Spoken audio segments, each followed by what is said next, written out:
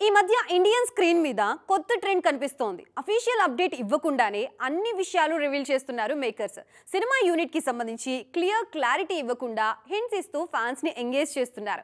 తాజాగా AA22 కు సంబంధించి అలాంటి అప్డేట్ ఇచ్చారు ఐకాన్ స్టార్. పుష్ప 2 లాంటి పాన్ ఇండియా బ్లాక్ బస్టర్ తర్వాత ఓ గ్లోబల్ మూవీని లైన్లో పెట్టారు ఐకాన్ స్టార్ అల్లు అర్జున్.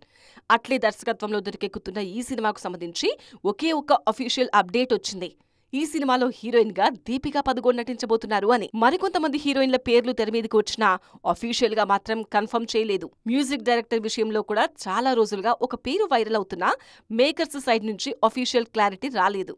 అయితే ఈ సంగీత దర్శకుడి విషయంలో బన్నీ ఓ హింట్ ఇచ్చారు.